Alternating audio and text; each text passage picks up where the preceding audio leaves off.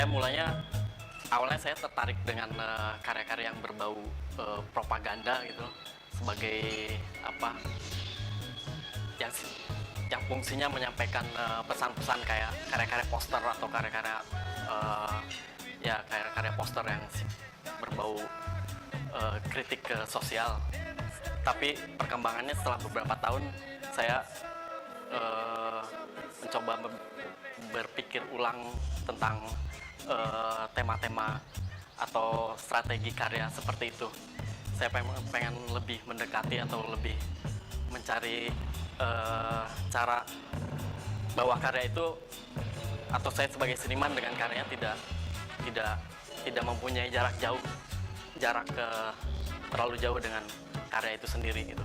Jadi saya pengen hal-hal yang paling sederhana lah yang menjadi inspirasi, menjadi ide sehari-hari saya bisa angkat jadi gagasan atau jadi tema.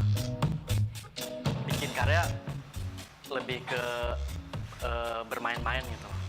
Jadi diawali dengan bermain-main. Jadi metodenya itu main-main dulu, baru setelah ketemu oh ini keren ya dibikin karya gitu atau jadi karya gitu, baru dikembangin.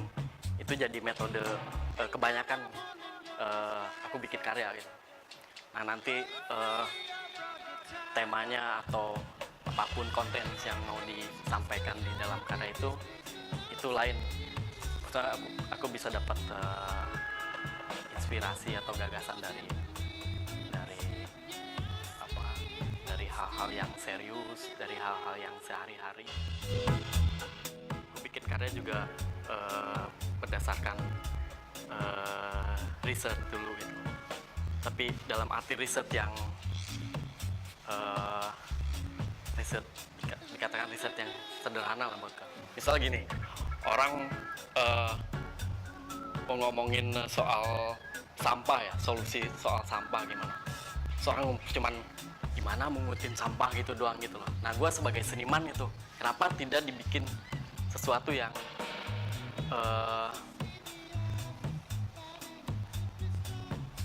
misalnya menjadi punya nilai ekonomis atau punya nilai estetis. Itu buat gue itu berdasarkan riset gitu. Ya riset soal sampah tadi misalnya. Pengamatan pribadi jelas pakai pengamatan pribadi, tapi terus aku juga bikin riset ya, dibaca di buku, di internet atau di website gitu.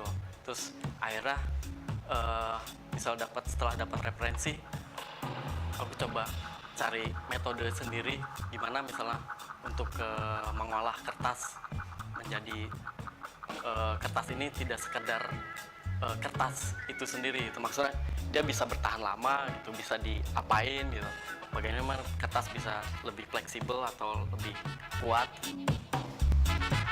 Saya nggak punya gambaran ideal untuk sebagai seorang seniman harus bagaimana gitu. Saya cuma mau menunjukkan bahwa saya dengan apa yang saya lakukan ini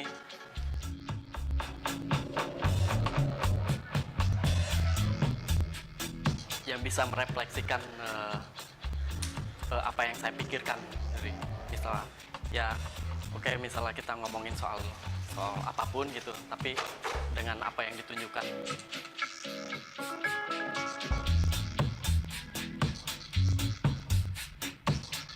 Itu yang akan menjadi menunjukkan bahwa siapa sih seniman itu atau apa yang menjadi konsen si seniman itu sendiri. Relasi antara karya dan cara hidupnya gitu ya. Jadi ini saat ini sebetulnya cukup banyak seniman itu yang merepresentasikan sebuah persoalan tapi hanya berhenti di karya gitu. Nah Arya, sebelum saya bicara karyanya, sebenarnya saya mungkin mau bicara tentang cara hidupnya gitu. Kita tahu bahwa karya-karya Arya itu kan mengenai kesadaran lingkungan ya, kurang lebih kesadaran lingkungan. Nah itu yang dalam tulisan saya sebut kesadaran domestiknya. Jadi nah ini menarik karena Arya juga bicara persoalan domestik. Tidak dalam pengertian domestik mengaplikasi seperti wacana feminis, di mana dalam wacana feminis kan perempuan itu dirumahkan, perempuan tugasnya di rumah. Nah, dalam Arya Panjalu yang menarik justru adalah bagaimana dia itu memulai gaya hidup yang dibangun dari mulai rumah tangganya dia dengan cara yang sangat hijau gitu ya. Jadi merecycle, mengkonsumsi makanan yang baik. Terus dalam hal berkarya pun diupayakan dia juga mempergunakan material-material yang sebetulnya material limbah ya. Nah, itu yang menarik karena di sini kita bisa lihat seluruh karya-karya figurnya dibuat dari papir masi. Di karya-karya yang memanfaatkan limbah kertas. Nah, itu kemudian saya bilang fit in dengan persoalan yang direpresentasikan gitu. Yaitu persoalan tentang lingkungan hidup, persoalan tentang cara hidup juga atau gaya hidup gitu.